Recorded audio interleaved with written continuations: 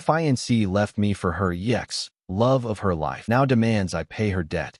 My name is Lucas. I'm 29 years old, and I currently own a fast food restaurant. It's not a fancy place or anything like that, but I'm proud of what I've built. I started from the bottom, working long hours in other people's kitchens, saving every penny. And after a lot of sacrifice, I managed to open my own business. Over time, the restaurant started to grow. I gained regular customers and somehow became well known in the area. I can say I make a living doing what I love. Thanks to that, I was able to buy myself a car, and with effort, I also managed to get my own house. It's not a mansion, but it's comfortable, cozy, and enough for me. I've never been a person of luxury, just a hard worker who feels satisfied when he sees his goals being met with consistency and discipline. It was in that context, when things were on the rise, that I met Maria. She was 25 years old back then, and I was at a stage where I wasn't looking for a serious relationship. But life surprised me. I remember perfectly the first day she walked into the restaurant. It was a Friday afternoon, one of those days when customers just don't stop coming in. I was at the register helping out because we were short-staffed, and then she arrived. She ordered with a shy smile, but there was something in her eyes that caught my attention. She asked me if the place was mine, and when I said yes, she was surprised. She congratulated me on the business, and we ended up chatting for a bit. It didn't take long for us to start going out. At first, everything was excitement, novelty, those butterflies in your stomach that make any sacrifice worth it. Maria was affectionate, attentive, and always made me feel special. Little by little, we made it official, and after a few months, we were boyfriend and girlfriend. However, over time, I started to notice that she had a very particular personality. She was a jealous and unstable person. If she saw me talking to a female customer, even if it was just to serve her, she'd get upset. If someone left a comment on my social media, she wanted to know who it was and why they were talking to me. At first, I took it as a sign of interest, as if her jealousy was a reflection of how much she cared about our relationship. I was blinded by love, and instead of setting boundaries, I decided to put up with it. Over time, those attitudes became more frequent. Sometimes we'd argue over insignificant things. She could go from being fine to getting angry for no apparent reason. There were days when she'd tell me I was everything to her, and others when she seemed to doubt everything. I justified her mood swings by saying that maybe she had insecurities or that she'd had difficult experiences in the past. My mistake was believing that love alone was enough to fix everything. The truth is, I was in love. I believed our relationship had a future, that we could overcome any obstacle. I thought about marrying her someday, starting a family. I always included her in my plans and was convinced she felt the same way. Everything changed a few months ago. I noticed Maria was different. She seemed more distant, distracted, as if her mind was somewhere else. When I'd ask her if something was wrong, she'd tell me she was tired or had personal worries. I tried not to pressure her, but the truth is that coldness started to affect me. Arguments became more frequent and uncomfortable silences became part of our daily routine. I'm not a distrustful person by nature, but something inside me started to suspect. I didn't know how to explain it, but I had the feeling there was something she wasn't telling me. One day, while she was in the bathroom, her phone vibrated on the table. I don't usually check anyone's things, but at that moment the screen lit up and a notification appeared from a number she didn't have saved. The message said something like, "See you tomorrow. I can't stop thinking about you." I felt a punch in my stomach. My first reaction was to think there must be some mistake, that maybe it was a friend joking around, but my intuition told me otherwise. I didn't do anything at that moment. I stayed silent and waited to see if she'd say anything. The next day I got up earlier than usual. I decided to follow her without her noticing. I'm not proud of having done it, but I needed answers. She said she was going to visit a friend, but instead I saw her go into a cafe. I parked my car at a distance and stayed watching. A few minutes later, a man appeared. I didn't recognize him at first, but then I remembered she had told me about her ex-him. They greeted each other with too much familiarity. They hugged and stayed talking as if they were a couple. In that instant, I felt my whole world crumbling. I had hoped I was wrong, but the scene before my eyes confirmed what I feared most. Maria was cheating on me. I didn't approach. I didn't make a scene. I just stayed there watching in silence, feeling a mix of rage, sadness, and disappointment. After a few minutes, I left because I didn't have the strength to stay or to confront her at that moment. That same night, when she came home, I decided to talk to her. I sat down in front of her and told her directly that I knew what was going on. At first, she tried to deny it, but when she saw I was certain, she looked down. What she said next left me even more devastated. With tears in her eyes, she confessed that yes, she had been seeing her ex. And not only that, she told me he was the true love of her life. But although she cared about me, she had never stopped loving him. Hearing those words was like receiving a stab to the heart. Until that day, I thought what we had a future, that problems could be overcome. But suddenly, I found myself with a reality I couldn't change. I had been a replacement, the kind of of temporary refuge while she remained emotionally tied to someone else. I didn't know what to answer at that moment. I just looked at her in silence while trying to hold back tears. She asked me to understand her, that she hadn't planned it, that she had simply felt things again that she had never left behind. I felt devastated. Everything I had built with her over 3 years was crumbling in the cruelest way. And that's when I understood something painful but necessary. Love isn't enough when there's no sincerity or respect. However, what came next was even worse. To give a little context, in our relationship, I was always the one who took care of the big expenses. I don't regret being generous because that's my way of showing affection. But over time, I realized that Maria got used to depending on me for absolutely everything. I paid for utilities, small trips we'd take from time to time, and even the debts she had before being with me. One of those debts was the car loan she was driving. When we became boyfriend and girlfriend, she told me she had gotten that car on installments but was having difficulties paying for it. At that time, my restaurant was already in a good stage and I thought, no problem, I can help her. I started taking care of the monthly payments. In my head, it was a gesture of support for my partner, an act of love. I never imagined that later on, that would become a weapon against me. A few weeks after our breakup, I was at the restaurant checking accounts when my phone rang. I saw it was her. I hesitated to answer, but thought maybe she wanted to close some pending matter or pick up her things. I answered with a dry voice, not wanting to prolong the conversation. Hi, Lucas, she said in a tone as if nothing had happened. What do you want, Maria? I replied, I was just calling to tell you they notified me that you still haven't paid the car payment. You need to do it soon, because if not, interest will accumulate. I stayed silent for a few seconds, in disbelief. Are you joking? I finally said with a nervous laugh. No, I'm serious. You know that payment has always been made by you. That's when my blood boiled. Listen to me carefully, Maria. You and I are nothing anymore. You deceived yourself, and you deceived me, and you had the nerve to tell me your ex was the love of your life. I don't have to keep paying your debts. That car is yours, not mine. Deal with it yourself. There was an uncomfortable silence, and then I hung up. I thought that would be it, but I was wrong. During the following days, she started harassing me with calls and messages. She said I had to respond like a man, and that I couldn't ignore a commitment I had already assumed. I'd block her, and she'd find a way to write me from another number. I ignored everything I could, but the situation became more grotesque when her ex, that same guy she cheated on me with, started calling me too. The first time I saw his unknown number, I didn't answer, but then he insisted so much that I finally responded to end it once and for all. Hello, Lucas, he said with a mocking voice. Yes, who's speaking? I'm Daniel, Maria's partner. I couldn't believe it. That parasite who still lived with his parents, who had never done anything for her, now had the nerve to call me. And what the hell do you want? I responded, look, I don't want problems. I just want you to understand that the fair thing is for you to keep supporting Maria. She gave you 3 years of her life, 3 years of youth. She's not going to get back. The least you can do is pay her what she's owed. I was frozen. Excuse me, I said in disbelief. Yes, you heard right. She deserves you to cover at least a year of rent and the pending car expenses. For you, it's nothing. You have a restaurant that leaves you good money. At that moment, I exploded. Look, you idiot. What I did in those 3 years was give her absolutely everything. Stability, support, a roof, and even pay her debts. Don't come to me saying I owe her something, because in reality, she's the one who failed me. I'm not giving her another peso. He tried to interrupt me, but I didn't let him. You know what the problem with you is, Daniel? You're a freeloader, a parasite who still depends on his parents and has never worked for his own. You have the face to demand that I keep supporting her when you, who are now her great love, can't even buy her a coffee. Why don't you take care of her car and her rent? There was silence. I was already beside myself. Learn to earn things with your own sweat, freeloaders, I said before hanging up. That was the end of the call, but not of the harassment. Maria kept insisting in the following days. Messages like, Lucas, be reasonable. Don't leave me alone in this. Or, if you really ever loved me, keep your word and pay what's left. But I was already convinced that the time had come to set a definitive limit. It wasn't just about the money, but about respect. I had given too much in that relationship. I gave her opportunities she alone would never have had, and instead of valuing that, she betrayed me with someone who clearly wasn't on her level in any aspect. And the worst part was that, far from feeling shame, she pretended I should continue being her savior while she shared her bed with that guy. Okay, I need to pause here for a second. Can you believe the audacity? She cheats, leaves him for her ex, and then demands he keeps paying her bills? If you think this is absolutely ridiculous, smash that like button right now, and let me know in the comments. Would you have paid anything at all after this betrayal? That situation opened my eyes in a brutal way. I understood that sometimes people not only take advantage of your love, but also your generosity. And when you don't set limits, you end up becoming a kind of emotional and financial ATM. With each message that arrived on my phone, with each manipulation attempt, my determination grew stronger. I wasn't going to pay anything more. The car was her problem. The rent was her problem. And her new life with her love of her life was also her problem. I'm not perfect, but I'm clear that what I've achieved in my life has been with effort. Nobody gave me anything, much less did someone come to solve my debts. If she wanted to stay with her ex, perfect, but she should also keep her responsibilities. And that's how I decided to cut all contact. I blocked her everywhere, even unknown numbers. I also asked my restaurant employees employees not to let her in if she ever showed up there. Not because I wanted to humiliate her, but because I needed to protect my mental peace and protect the business I built with so much sacrifice. The first few days were difficult. I'm not going to deny it. I felt angry, sad, and at the same time with a sense of emptiness. I had invested years of my life in someone who in the end only used me. But over time I started to see things more clearly. And although it still hurts, I know I made the right decision. Never again putting a peso into the life of someone who betrayed me and who didn't even have the decency to leave with dignity. Update 1. After everything that happened, I thought I had already closed this chapter of my life. I blocked her everywhere, set a clear limit, and focused on moving forward. I thought that would be enough, but I was wrong. A couple of quiet weeks passed until one day my phone rang with an unknown number. I hesitated to answer, but out of habit I did. To my surprise, it was Maria. "Lucas, please don't hang up on me," she said between sobs. I was already annoyed right from the start. "What do you want now?" I responded coldly. "Please, help me at least with the car thing. I don't want the debt to grow more. If we don't pay this month, they're going to charge me interest and I don't have a way to do it. I just need you to give me some money." I stayed silent for a few seconds. I was surprised by the way she still had the nerve to ask me for money after everything that had happened. "Maria, I already told you, that car is yours, not mine. It's your responsibility. I'm not going to pay anything." She started crying harder. "Lucas, understand me. I promised Daniel that you would cover everything. I told him not to worry because you had always been there. I assured him we wouldn't lack anything because you have money, because you're rich." Hearing that made my blood boil. "Rich?" I responded, almost laughing sarcastically. "You think because I have a restaurant I'm a millionaire? Do you know how many hours a day I work for this to function? I'm not rich, Maria. What I have, I've earned with sweat, not with cheap promises. If you really want to get out of your debts, get yourself a job." At that moment, I heard a strange noise, and suddenly another voice took the phone. "Look, you jerk." It was Daniel with a threatening tone. "If you don't want anything to happen to your little hamburger stand, you better cooperate." I felt a chill down my spine, but immediately got furious. "Are you threatening me, parasite? Listen carefully. If you touch my restaurant, you're going straight to jail. I'm not afraid of you or anyone. You want money? Get yourself a job like any decent person, because for me, you won't see a single peso." And I hung up abruptly. After a few minutes, my phone rang again, but I didn't answer. Shortly after, I received an audio from Maria. "Please, Lucas," she said crying, "help me. I can't handle this alone. It's a lot of money, and if you don't give me something, Daniel is going to leave me, and I'm going to be left with no one to support me." I couldn't help but laugh with irony. She was really admitting that the only thing she cared about was that guy leaving her, that her whole plan revolved around living at someone else's expense, whether it was me or him. I decided to respond with sarcasm. I opened my gallery, looked for a video I had saved a while ago, the famous Mr. Krabs meme playing the world's smallest violin. I sent it by message along with a text that said, "This is the official anthem of your situation. Good luck with your great love and your debts." After sending it, I felt relieved, as if I had given it the closure I needed. However, deep down I knew I couldn't just stay with the mockery. Daniel had launched a direct threat against my restaurant, and that was no longer a game. The next day, I went to talk to my lawyer. I told him everything, from the calls to the audio and the explicit threat. I showed him the call logs, screenshots, and Maria's crying audio. My lawyer was clear. What they were doing was extortion, and I could report it. Plus, the threats against my business were a serious matter. I didn't think twice. I filed a formal complaint and requested protective measures. At the same time, I hired private security for the restaurant. I put in additional cameras, reinforced the entrances, and explained the situation to my employees so they'd be alert. I didn't want to take risks, not for me or for the people who work with me. The ironic thing about all this is that while I was doing everything possible to protect what I had built with so much effort, they were probably still thinking about how to get money out of me. And I say this because days later I received a message from another unknown number. It was an absurd blackmail attempt, clearly written by Daniel, saying, "You're still in time to do the right thing and support Maria. If you don't, face the consequences." That was the final proof I took to my lawyer. With each manipulation attempt, they themselves were sinking deeper. On a personal level, I'm not going to deny it affected me. It's not easy to accept that the person you trusted turned out to be capable of betraying you, and on top of that trying to take advantage of you even after ending the relationship. What impacted me most wasn't the infidelity itself, although it hurts, but the mentality of dependency and abuse. The fact that someone thinks they deserve another person to carry their debts just because they shared time together is something I still don't fully understand. As for Daniel, he only confirmed what I already knew. A man without ambition, without work, without dignity, willing to live at anyone's expense. It made me angry, yes, but also pity. How can someone feel comfortable asking another man for money to support his partner? It's the height of mediocrity. Today I can say I'm not afraid. I'm legally protected and with extra security. If they try something, they'll have to face the consequences. But beyond that, I feel stronger than ever. That relationship taught me that setting boundaries isn't being selfish, it's being fair to yourself. I learned not to confuse love with obligation and understood that helping is fine as long as the other person also does their part. What I experienced with Maria and Daniel was a bitter but necessary experience to to open my eyes. Sometimes I find myself thinking about the contrast. While I spend my days working, planning how to grow my restaurant, they're probably still looking for someone to get money from. And although at some point that generated rage in me, now it generates relief. I keep moving forward. They remain stuck. The love of her life turned out to be a man who can't even pay for his own coffee. And she, instead of recognizing it, still had the face to ask me to support her. That's the difference between someone who builds and someone who destroys. Today I continue with my life. My restaurant is stronger than ever, with new security measures and with customers who support me. And on a personal level, I'm learning to enjoy my singleness and my independence. Maria and Daniel, I don't know what will become of them. Maybe they're still together, maybe not. But what I'm sure of is that they won't see another peso of mine. Update 2. As I already told before, I had taken legal action against Maria and Daniel. The complaint was filed, security at my restaurant reinforced, and I was trying to move on with my life. Still, there was always that lingering discomfort of not knowing if he would really follow through on his threats. Well, that doubt was resolved one night I'll never forget. It was a Thursday, past midnight. The restaurant was already closed, but as always, there was a night watchman on duty. I was at home resting after an exhausting day when suddenly my phone rang. It was the watchman speaking nervously with a broken voice. "Mr. Lucas, it just caught a man trying to spray paint the restaurant walls." I jumped out of bed. "What? Are you sure?" I asked in disbelief. "Yes, I saw it with my own eyes. He was about to stain the entire facade when I surprised him." I yelled at him to stop, and he ran away. I called the police immediately, and they arrived within minutes. They chased him several blocks until they caught him. "Who was it?" I asked, although deep down I already suspected. "That guy Daniel," he responded. I was frozen for a few seconds. I felt a mix of rage, relief, and even ironic laughter. The man who had spent weeks threatening me had had the nerve to try to follow through with a can of paint. I hung up and got dressed immediately to go to the restaurant. When I arrived, the patrol car was still parked outside. I approached the officers and confirmed the story. Daniel had been caught with his hands literally stained with paint. He tried to escape running, but he didn't get very far. They caught him on a nearby street, agitated and beside himself. The watchman told me that when confronting him, Daniel was shouting incoherent things like, "This place is worthless," or "If he doesn't pay me, I'll ruin his business." That was enough to make clear what his intention was. They took him to the police station, and that same night, I had to show up to ratify the complaint. I already had the extortion case ongoing with the calls and messages, and now the attempted vandalism was added. In legal terms, that was practically the final blow against him. The following days were a storm. My lawyer kept me informed of every step. Daniel was facing charges for extortion, threats, and attempted property damage. Although the material damage didn't actually happen, the fact that they caught him red-handed with the spray, added to the previous messages, left little room for doubt. Maria, of course, tried to contact me. Not directly because I already had her blocked everywhere, but through mutual acquaintances. She asked them to talk to me, to intercede, for me to drop the charges. She said Daniel didn't deserve to go to jail, that he had acted out of desperation. Even some of those acquaintances insinuated that maybe I was exaggerating and that it was best to let it go. But I didn't give in. I had endured infidelities, humiliations, blackmail, and threats. It was enough. It wasn't up to me to forgive something that was clearly a crime. On the contrary, if I let all that pass, the message I'd give would be that anyone could come intimidate me or put my work at risk without consequences. The process was quick because the evidence was solid. Call logs, message screenshots, the audio where they asked me for money and threatened me, and finally the attempted vandalism with police intervention. Daniel ended up convicted. It wasn't a very long sentence, but enough for him to understand that life isn't solved by living at others' expense, much less with violence. He would spend some time behind bars and also be left with a criminal record. As for Maria, she was never directly accused because she hadn't executed the threats or the vandalism. However, her moral complicity in the whole matter was clear. I had nothing more to talk to her about, and I left it at that. What did impress me was one last attempt of hers to appeal to my feelings. One night, I received from an unknown number a very long message. It was her. She said things like, "Don't you understand what it means for a woman to be left alone? I just wanted someone to support me. And if Daniel ends up in prison, I sink with him too." She ended with a plea for me to reconsider everything. I read it only once and then deleted it. I didn't respond. That person is no longer part of my life, and that's how it all ended. Today, looking back, I feel enormous relief. For months, I lived in a circle of manipulation where my generosity was used as currency and my love confused with obligation. I thought I was helping someone who needed me, when in reality, I was just feeding the comfort of two people incapable of supporting themselves. The restaurant is still standing, stronger than ever. In fact, news of what happened spread among my customers, and instead of driving people away, it brought me more support. Many congratulated me for not letting myself be intimidated. Some even told me that firmness was the reason they admired my business, because it reflected my character. Personally, I learned that it's not all about giving. You have to know when to put a stop to it, because otherwise you end up empty, used, and even in danger. I also understood that not all people deserve your help, and that love doesn't justify sacrificing your dignity or your principles. Daniel paid the consequences of of his actions. Maria, well, she chose her path. I chose mine. And although this experience left me with scars, it also left me with an invaluable lesson. What is built with effort and sweat is defended with your head held high, without fear and without giving in to blackmail. Today I can say with pride that I came out of this stronger. I have my restaurant, my peace, and above all, the tranquility of having put an end to a story that should never have started that way. That was the closure. And believe me, there's no better feeling than looking back and knowing you didn't fall into the hands of those who only wanted to take advantage.